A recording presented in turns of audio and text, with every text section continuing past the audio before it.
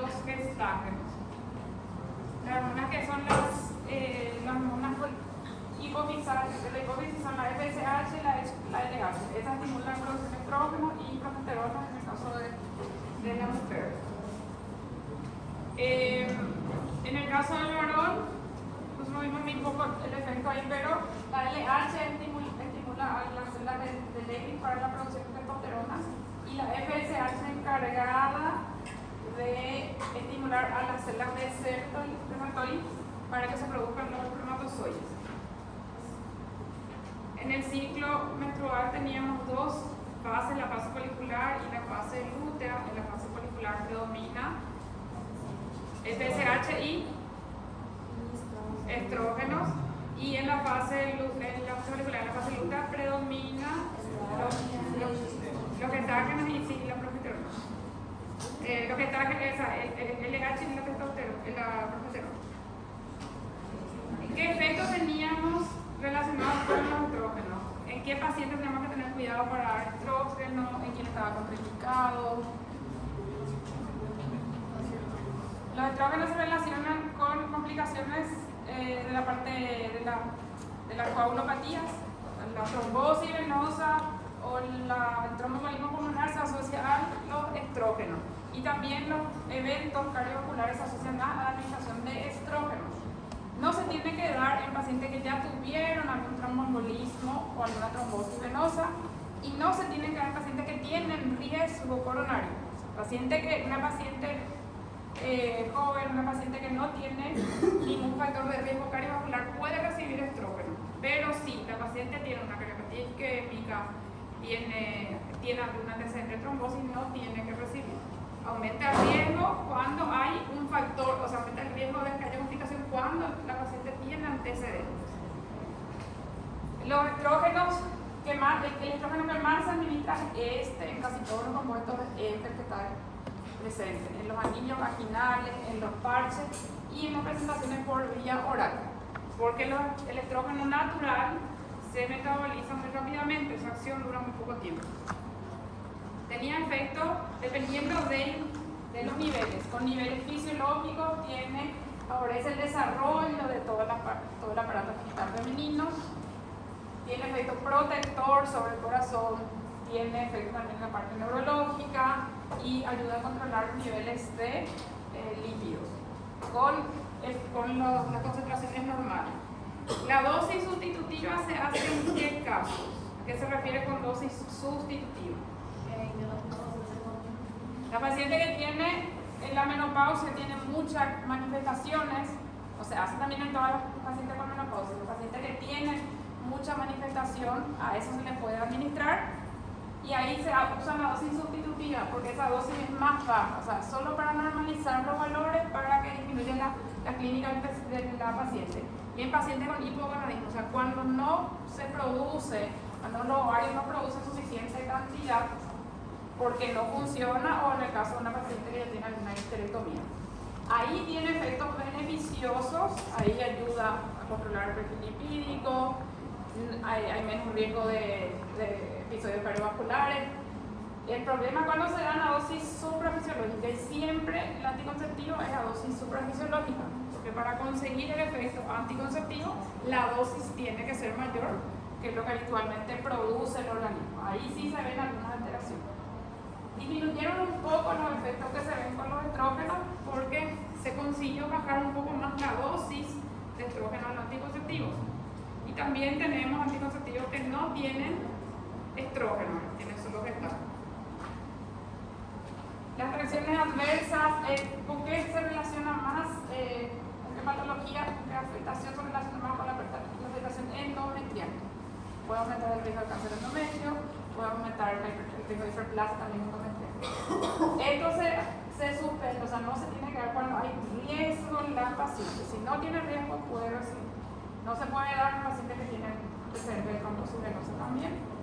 Y se relaciona con patologías endometriales, entre ellos, en qué patología está contraindicada la administración en la endometriosis. En la endometriosis se hace gestágeno y no se hace estrógeno.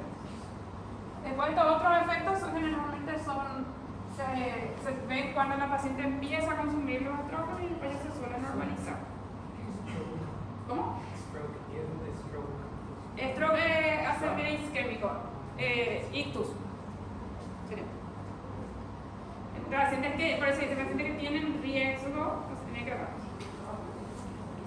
¿Para qué se hacen? Cuando queremos sustituir, o sea, cuando tenemos que normalizar los valores. ¿En qué pacientes? En pacientes que tienen menos de la edad que es calculada que es para la menopausia.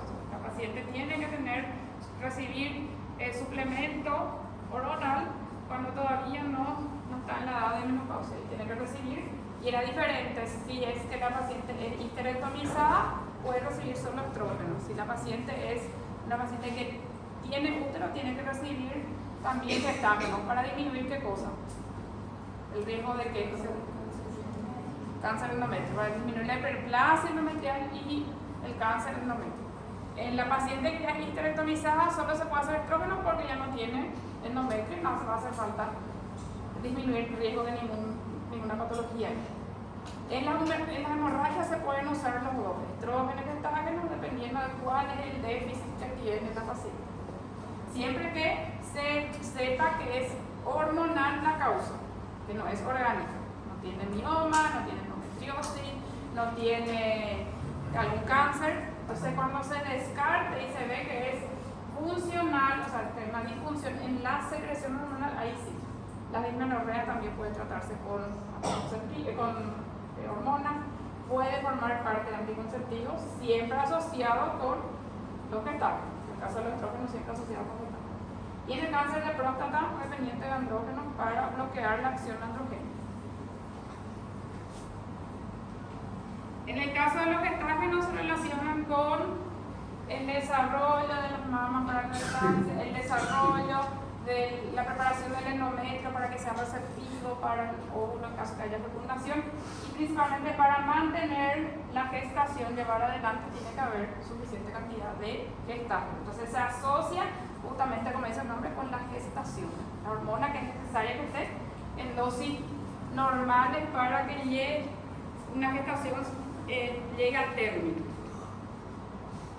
Los efectos adversos se relacionan principalmente con un efecto androgénico, estrógeno con ACV, más con la parte cardiovascular, ACV, infarto, trombosis venosa, esto con un efecto androgénico.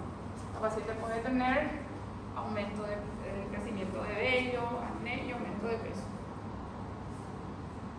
Más con esa alteración.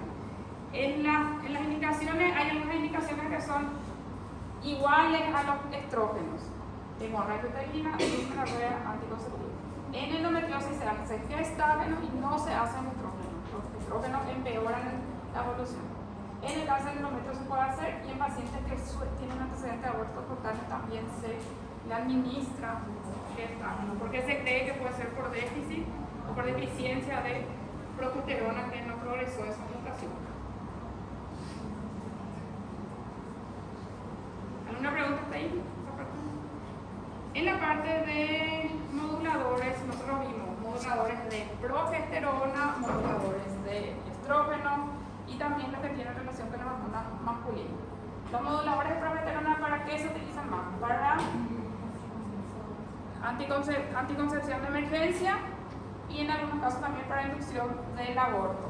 Son dos medicamentos que tienen una acción antigestágena. Un efecto opuesto a lo que tendrían los gestágenos, y se pueden usar para la inducción de la menstruación, para la anticoncepción post-coito, no es tan seguro, y también para la inducción del aborto.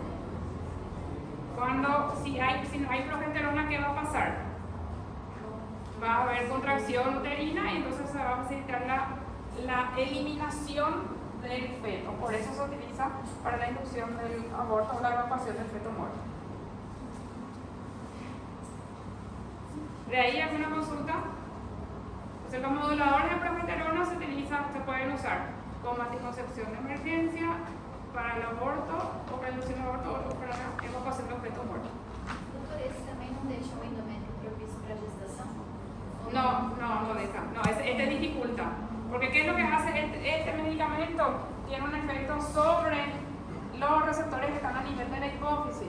Entonces se disminuye le envía una señal de que no está viendo eso, lo que no hay gestágeno, y como no está viendo esa acción de los gestágenos, empiezan a haber todas las alteraciones que dificultan la fecundación, la ovulación y en el caso que haya fecundación, la implantación.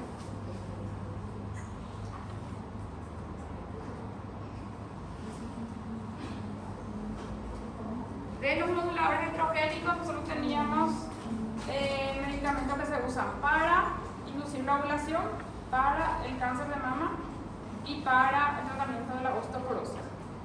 Son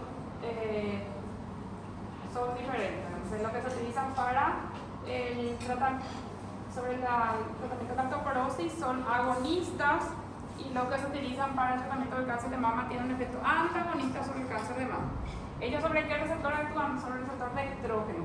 ¿Qué hace el estrógeno en los huesos? Favorece la formación ósea. Entonces, para que tenga un efecto beneficioso en la osteoporosis, tiene que ser un agonista sobre receptores estrogénicos del hueso.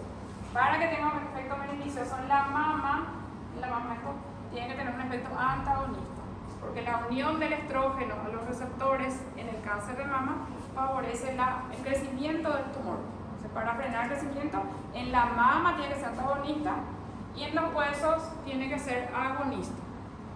Y el otro uso es estos receptores directamente, hueso, mama y hueso. Y el clomifeno actúa a nivel superior, actúa sobre el hipotálamo hipófisis. Inhibe la secreción de las hormonas de la folícula estimulante y la LH, o sea, de las gonadotropinas, y se utiliza para inducir la ovulación en los pacientes. ¿Qué otro se utilizaba para inducir la ovulación en los pacientes?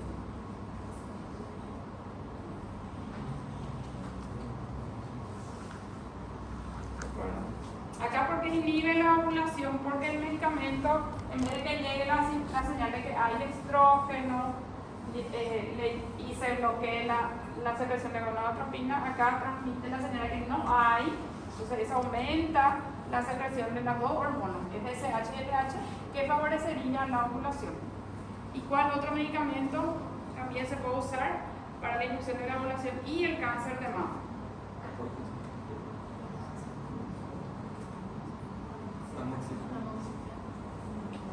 El tamoxifeno para el cáncer de mama nomás, porque a nivel de mama nomás se actúa. Otro.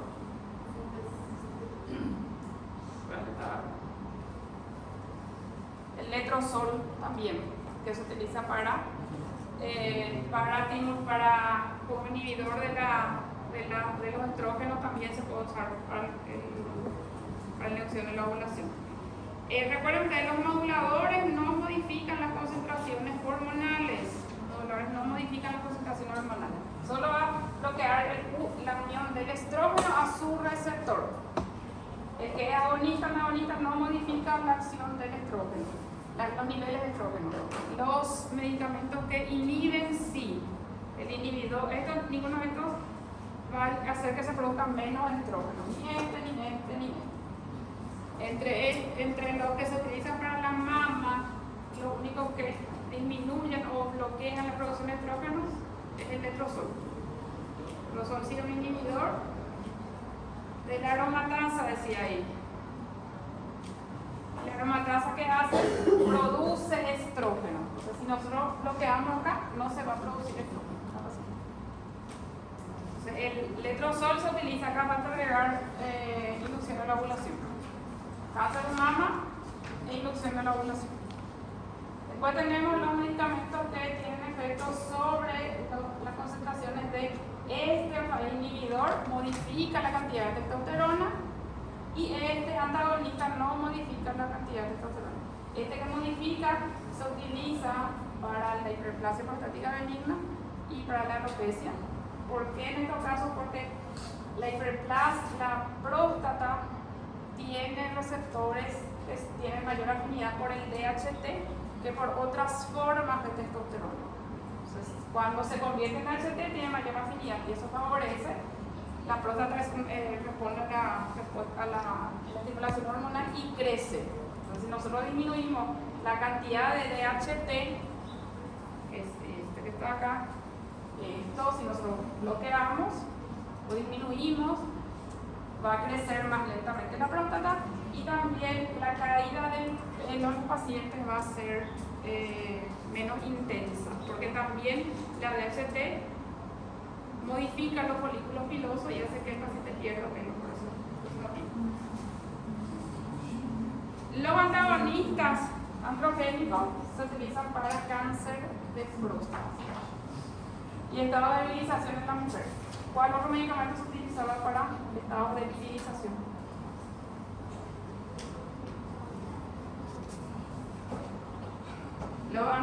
El clomifeno. Allí acaba de ser. El hiperandrogenismo. Allá clomifeno, inducción de la ovulación y hiperandrogenismo. ¿Se recuerdan los usos de esos medicamentos? ¿Qué tenemos para cáncer de mama? ¿Qué tenemos para cáncer de próstata? ¿Qué tenemos para alopecia? ¿Qué tenemos para hiperplasia? ¿Y qué hay para cáncer de próstata?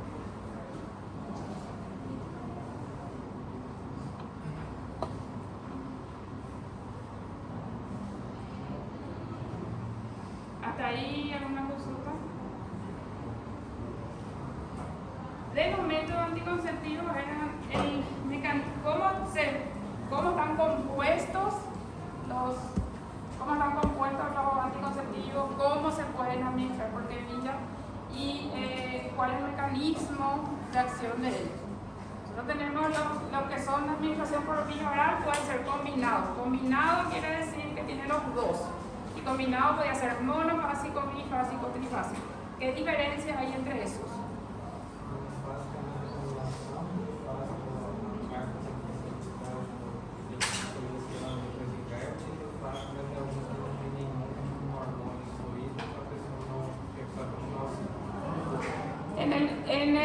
En los pacientes monofásico, bifásico y trifásico se refiere a que la cantidad de hormonas que presentan los preparados puede ser diferente. El monofásico todito tiene la misma cantidad y en el bifásico trata de imitar el ciclo menstrual de la mujer, entonces hay una mayor cantidad de estrógeno en los primeros que toma y en los otros hay mayor cantidad de gestágeno. Y los dos, monofásico tiene los dos, no confunda, monofásico tiene estrógeno y gestágeno. Siempre pone que el monofásico tiene solo un tipo de hormona. El monofásico tiene los dos tipos de hormonas, pero toditos los comprimidos son iguales. Monofásico también puede ser parche, monofásico también puede ser anillo, porque los anillos tienen la misma concentración y los parches también. Y después los bifásicos son preparados con presentación ya diferente, con concentración diferente. Y los trifásicos tienen 3 tipos de comprimidos. La cajita va a traer comprimidos con 3 tipos de concentraciones diferentes. Esos son los combinados. Entonces, combinados hay por vía oral, están los anillos y los parches. Las formas unitarias tienen solo gestágenos. Si nosotros vamos a encontrar, vamos a usar un anticonceptivo que tenga solo un tipo de hormona, tiene que ser gestágeno. Y esos gestágenos, ¿cómo se podían encontrar? En forma de vía oral también, implantes, DIU también. Y los intramusculares también son gestágenos no más. Intramuscular, implantes, vía oral y el DIU. Y después están los preparados post-coito que pueden tener combinación también o pueden ser solos.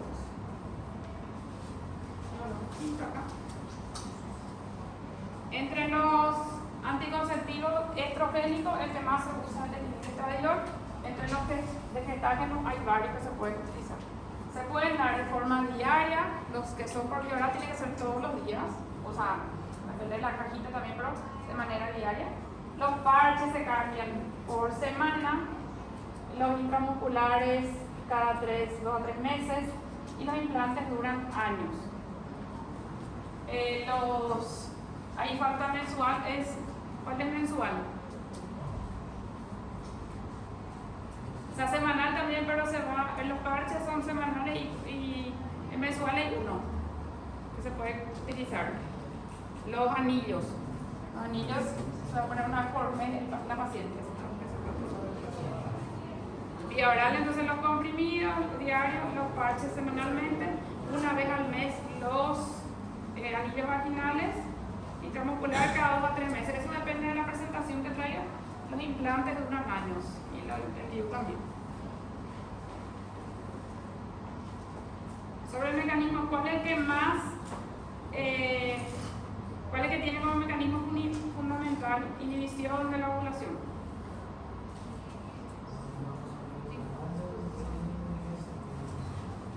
Estos, lo que más tiene efectividad, o sea, lo que más inhiben la ovulación son los bifásicos, pero como están sometidos a mayor variación, no siempre son tan efectivos como otros. ¿Cuáles son los más efectivos? Entre todos. Los más efectivos. ¿Cómo? La unicario, ¿en qué presentación? DIU, después. Implantes también. Esos son los más efectivos porque no están sometidos a variación. No es que se va a olvidar la paciente, no es que porque vomitó no va a absorber la medicación ni nada. No está sometido a ninguna variación. Entonces, lo que más tiene efectividad, a pesar de tener otro mecanismo de acción, son el DIU y los implantes subcutáneos. Los implantes subcutáneos, ¿qué mecanismo cuál es su mecanismo de acción? Son los estágenos, pero el efecto que tienen principalmente es ¿dónde? Puede inhibir la ovulación, pero no es tan efectivo como los bifásicos en inhibir la ovulación. ¿Y el DIU a qué nivel tiene efecto? DIU tiene efecto solo, más a nivel local, o sea, no es que inhibe la ovulación. La paciente puede ovular, incluso puede embarazarse teniendo un DIU, ¿verdad? Porque no está inhibida la ovulación en esa paciente. Esa acción es más a nivel local. ¿Y qué acciones hay local? La modificación del endometrio, dificultar el paso de los espermatozoides y el proceso inflamatorio que envuelve el DIU como cuerpo extraño. Los cocoides tienen una acción antiinflamatoria, principalmente no siempre van a conseguir inhibir la ovulación. Las minopílaras solo sobre la parte abajo, también sobre la parte genital, ya verás, endometrio y trompa. Los gestágenos pueden inhibir la ovulación, orales y de POT, o sea, los intramusculares, pero en menor proporción que los combinados. Lo que más tienen efectividad sobre la ovulación son los orales combinados, pero está sometido a mayor variación. Los combinados sí inhiben la ovulación. Esos son los combinados que tienen gestágeno y estrógeno. Gestágeno y estrógeno inhiben la ovulación. Entonces, lo que tienen como mecanismo principal la inhibición de la ovulación son los vía oral, los combinados, pero los que tienen mayor efectividad o son el DIU o los implantes.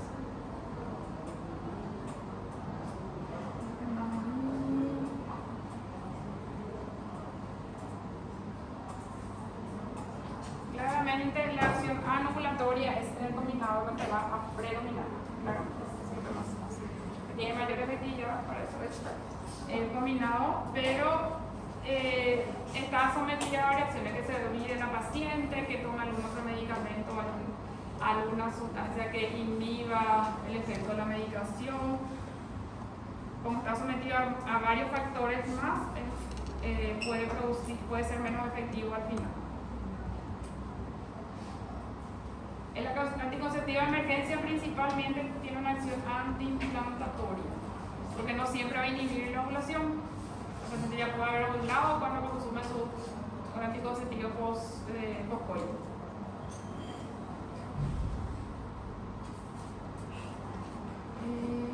Respecto al vacilarismo también con los que se producen.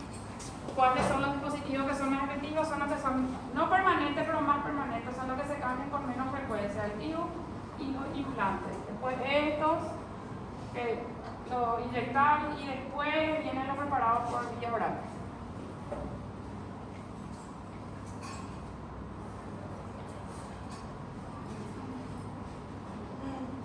También los permanentes serían más a los que el dispositivo intrauterino, los implantes hormonales y después otros preparados que son también por vía oral.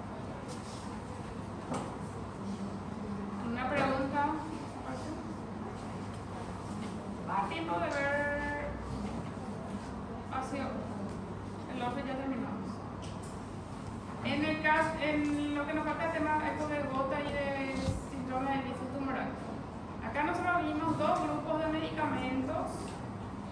El tratamiento de la gota, que producían los cristales de ácido úrico, que puede producir acumulación en los tejidos, en las articulaciones, en la oreja, los dedos y los cálculos renales también. Y la otra patología que vemos también es el síndrome de lisis tumoral. Eso pueden ser los tofos. Eso se produce porque aumenta la cantidad de ácido úrico en la sangre. Cuando se van bajando el nivel en sangre, esos depósitos pueden volver a la circulación. O sea, si hay una alteración de articular, eso no se va a corregir, pero esos cristales pueden retornar a la circulación en el paciente. Y la otra afectación es el síndrome de lisis tumoral, que se produce cuando se rompe un tumor, una neoplasia, que puede ser espontáneamente. Hay algunos que tienen riesgo de sufrir una lisis sin ningún estímulo, y hay otros que pueden sufrir lisis porque reciben quimioterapia y radioterapia. Da un índice de cuáles son los que tienen mayor riesgo de producir una síndrome de lisis que otros. Generalmente las hematológicas son las que tienen mayor riesgo. Linfomas, leucemias son las que tienen mayor riesgo de sufrir lisis tumoral. Como acá las dos patologías se relacionan, lo que tienen en común es el aumento del ácido úrico. Vemos juntos los medicamentos que se utilizan para los dos casos. Nosotros podemos usar en el tratamiento de patologías donde hay alteración en la metabolización del ácido úrico, medicamentos que actúan sobre el proceso inflamatorio y sobre la concentración de ácido úrico. Los que se utilizan para el proceso, que van a disminuir el proceso inflamatorio cuando se usan. Cuando tiene la crisis y después, de forma profiláctica se puede usar. De forma profiláctica se pueden usar los que son antiinflamatorios. También se pueden usar AINES, corticoides y colchicina, son los tres. Como antiinflamatorios, esos son para disminuir la respuesta inflamatoria, cuando el paciente presenta su crisis gotosa o cuando el paciente puede presentar su crisis gotosa. ¿Cuándo es eso? Cuando empezás a medicarle para bajar su ácido úrico. Porque cuando vos empezás a medicarle para bajar su ácido úrico, esto que está acá pasa a la sangre otra vez y ahí se pueden producir las crisis. Entonces se da para la crisis o se da de forma profiláctica para tratar de evitar una crisis. Para tratar de evitar la crisis de forma profiláctica o para tratar una crisis. Y son corticoides, AINES y colchicina. ¿Cuál es el que es más efectivo? Colchicina es el más efectivo, pero tiene muchos efectos adversos. Entonces, por eso a veces se prefiere corticoides o se prefieren los AINES. ¿Qué es lo que tienen que hacerse ahí? Es cuando se usan estos, se usan dosis altas para tratar de disminuir la respuesta inflamatoria, porque hay mucha respuesta inflamatoria muy dolorosa. Este que tiene mejor efecto, pero produce mejor efecto terapéutico, pero tiene muchos efectos adversos. Esto entonces para tratamiento de la crisis gotosa o profilaxis de la crisis gotosa, para los dos. En esto se puede usar a dosis alta por unos días. Acá se hace una dosis, se le va administrando al paciente hasta que, en el caso que sea por Willebrand, hasta cuándo se le da la medicación. Hasta que presente efectos adversos gastrointestinales. Si el paciente empieza a tener diarrea, vómito, dolor abdominal, ahí se suspende. Hasta ahí quiere decir que puede recibir. Y en el caso de los hipoglicemiantes, son medicamentos para disminuir los niveles de ácido úrico, que son de tres grupos. Los que inhiben la producción de ácido úrico, que son los que demoran más para tener acción porque van a actuar a partir de que se le da, va a disminuir la producción. Los medicamentos que son úricos, que aumentan la eliminación de ácido úrico por la orina, y los medicamentos que son uricolíticos, que convierten el ácido úrico en alantoína, se llama el compuesto, que se elimina más fácilmente por la orina que el ácido úrico. ¿Con cuál se ve el efecto más rápido? Con estos dos últimos, que son los uricolíticos, son los que tienen acción más rápida. Entonces, más rápido va a bajar con esto y por eso que se suelen utilizar en pacientes que tienen síndrome de déficit tumoral o gota que no responde a otro tratamiento. Los úricos úricos se dan en pacientes que no tienen una producción muy alta de ácido úrico y no se pueden ver en qué caso, dos casos. Insuficiencia renal, pueden poner insuficiencia renal más, pero una insuficiencia renal avanzada, pero hay índice mayor al 50%, disminución del 50% del filtrado, pero hay insuficiencia renal. ¿Y en qué otro caso? Si tiene cálculos renales, litiasis renal. Entonces, en esos casos no se da. Lo que tiene efecto más rápido, entonces son estos dos, que son los uricolíticos, que se pueden usar en lícido tumoral y en la gota. Los úricos úricos que se usan en qué caso? Solo gota, no se usan en el síndrome de déficit tumoral. Y los hiporicemiantes que sí se usan en las dos patologías, gota y síndrome de déficit tumoral. ¿Cuál de los dos tiene menos efectos adversos? ¿Alopurinol o febuxostat? Febuxostat tiene menos efectos adversos, porque el alopurinol tiene muchos efectos adversos, puede producir también farmacodermia y por eso si puede el paciente se indica el febuxostat. No, combinado no, uno de los dos no tiene que ser. O febuxostat o alopurinol, porque tienen efectos sobre. No, uno no me dice sobre hacer. En el caso del úrico súbrico a veces se puede combinar con el uricolítico. Se hace para la fase aguda y después sigue con otro. Para los ataques o profilaxis entonces son los antiinflamatorios. Y para disminuir el nivel de ácido úrico son los úricos súbricos, los uricolíticos y los inhibidores de la producción de ácido úrico. La consulta colchicina no es hiporicemiante, es antiinflamatorio.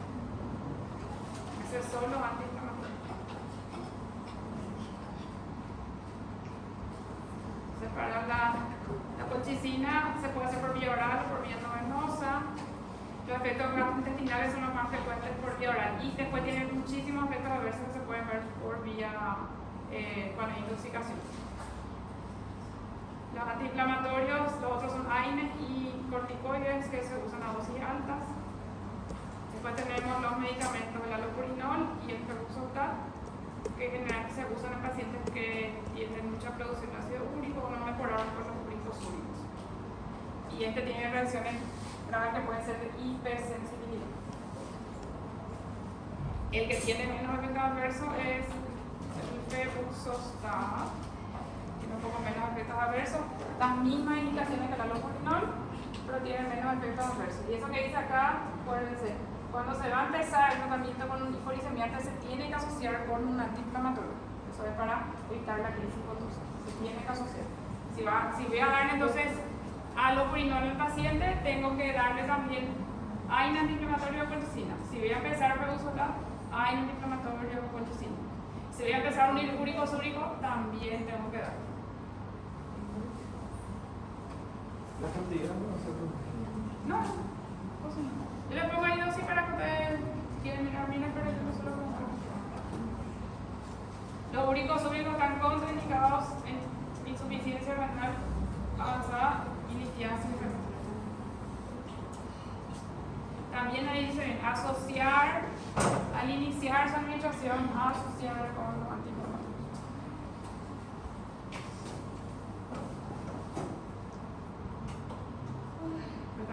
Uricolíticos, ahí recuerden, no hace falta que recuerden cuál se utiliza en qué patología específicamente, pero se usan para síndrome de déficit tumoral y gota refractaria, o sea, paciente que no mejoró con los tratamientos.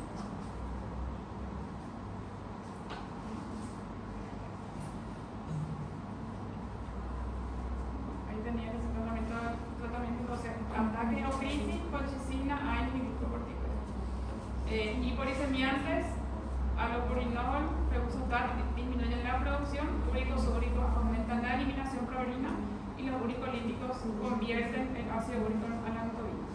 Y los que tienen el efecto más rápido son esos, que a las 4 horas ya se puede ver el efecto, la emisión de efecto de la medicación.